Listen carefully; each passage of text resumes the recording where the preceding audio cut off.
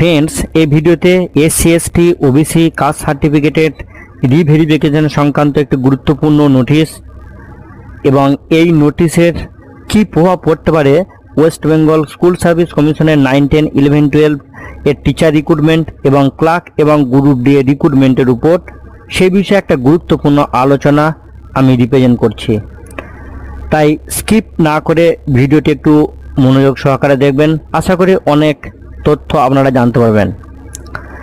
দেখুন, এই বিষয়টি নিয়ে কিন্তু অনেকেই বিভ্রান্তি হচ্ছেন, আতঙ্কিত হচ্ছেন যে সবারই সার্টিফিকেট হয়তো বাতিল হয়ে গেল বা কার সার্টিফিকেট বাতিল হবে, কোথায় ভেরিফিকেশন করতে হবে, এই সমস্ত নানা বিষয় নিয়ে টেনশন করছেন। তাই এই ভিডিওর মাধ্যমে আপনি ভিডিওটা মনোযোগ সহকারে দেখলে অনেক কিছু বিষয় জানতে পারবেন, আপনার অহেতুক টেনশন দূর হবে। আর একটা রিকোয়েস্ট, আপনি যদি চ্যানেলে নতুন হয়ে থাকেন অবশ্যই চ্যানেলটি সাবস্ক্রাইব করে বেল আইকন প্রেস করে অল নোটিফিকেশন অন করে রাখবেন, কারণ ভিডিও আপলোড করলেই সবার প্রথমে আপনার কাছে নোটিফিকেশন পৌঁছাবে। এবার আসছি মূল আলোচনায়। দেখুন, আপনারা জানেন যে গভর্নমেন্ট অফ ওয়েস্ট বেঙ্গলের যে ব্যাকওয়ার্ড ওয়েলফেয়ার ডিপার্টমেন্ট রয়েছে, সেখান থেকে একটা নোটিশ কিন্তু সার্কুলেট হয়েছে। যে সেই সার্কুলেটেড নোটিশের যে মূল বিষয়, নোটিশটা আপনারা দেখেছেন অবশ্যই, সেই নোটিশের মূল বিষয়গুলো আমি একটু আগে পর্যালোচনা করি, তারপর বাকি বিষয়গুলো নিয়ে আলোচনায় আসছি। এখানে যে গুরুত্বপূর্ণ বিষয় সেটা নাম্বার 1, যে 2011 সাল থেকে এখনো পর্যন্ত প্রায় 1.69 কোটি caste certificate including SC ST OBC issue করা হয়েছে। এর মধ্যে SC 1 crore, ST 23 lakh, OBC 48 lakh. আবার এর মধ্যে প্রায় 47.80 লাখ কাস্ট সার্টিফিকেট দুয়ারে সরকারের ক্যাম্পের মাধ্যমে যে অ্যাপ্লিকেশন রিসিভ করা হয়েছিল, সেই অ্যাপ্লিকেশন রিসিভের ভিত্তিতে সংশ্লিষ্ট ডিপার্টমেন্ট ইস্যু করেছে। আবার এই যে 47.80 লাখ দুয়ারে সরকার ক্যাম্পের মাধ্যমে সার্টিফিকেট ইস্যু হয়েছিল, এর মধ্যে এসসি 32.51 লাখ, এসটি 6.65 লাখ এবং ওবিসি 8.64 লাখ। নাম্বার 2, মূল সার্টিফিকেটের ভিত্তিতে পরিবারের অন্যান্য সদস্যদের যে সমস্ত সেকেন্ড জেনারেশন সার্টিফিকেট ইস্যু করা হয়েছে, সেগুলোকেও কিন্তু এই রিভেরিফিকেশনের জন্য ইনক্লুডেড করা হয়েছে। এরপরে দেখুন, যে আপনার তো মনে হতে পারে যে এই রিভেরিফিকেশন হঠাৎ ডিসিশন কেন। প্রথমত, প্রকৃত কাস্ট সার্টিফিকেট প্রাপকরা যাতে এর বেনিফিট পান এবং একটা ট্রান্সপারেন্সি বা স্বচ্ছতা বজায় থাকে এই সার্টিফিকেট পাওয়ার ক্ষেত্রে, সেই কারণে এই পদক্ষেপ। কারণ আপনারা জানেন যে 2011 সাল থেকে ইস্যু হওয়া অনেক সার্টিফিকেটগুলির সত্যতা এবং নির্ভুলতা নিয়ে বিভিন্ন মহল থেকে কিন্তু প্রশ্ন তোলা হচ্ছিল। তাই এই সার্টিফিকেটগুলোর রিভেরিফিকেশনের জন্য এই ডিসিশন বর্তমান গভর্নমেন্ট অফ ওয়েস্ট বেঙ্গলের পক্ষ থেকে নেওয়া হয়েছে।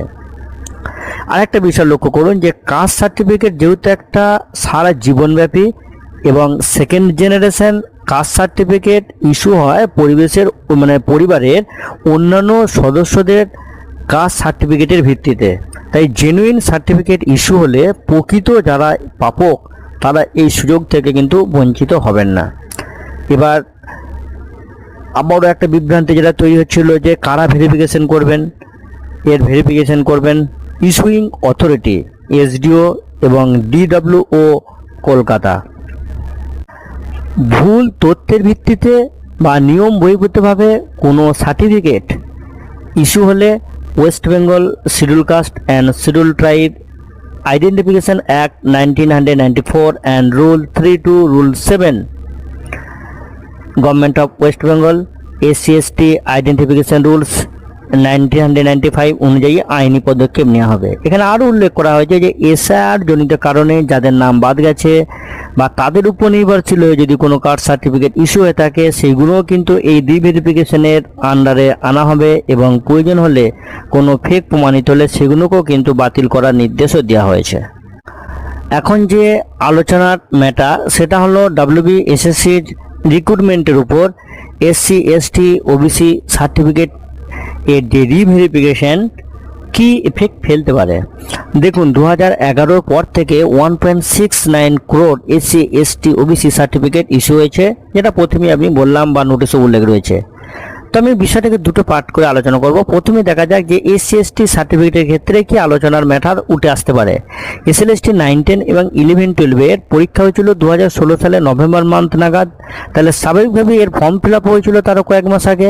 তাহলে সাধারণভাবে এটা বলা যেতেই পারে যে গ্র্যাজুয়েট বা মাস্টার ডিগ্রি বা বিএড ডিগ্রি কমপ্লিট হওয়ার পর কি এসসি এসটি অনেক ক্যান্ডিডেট তাদের সার্টিফিকেট ইস্যু করেছিলেন, যেগুলো এসএলএসটি 2016-তে তারা শো করেছিলেন।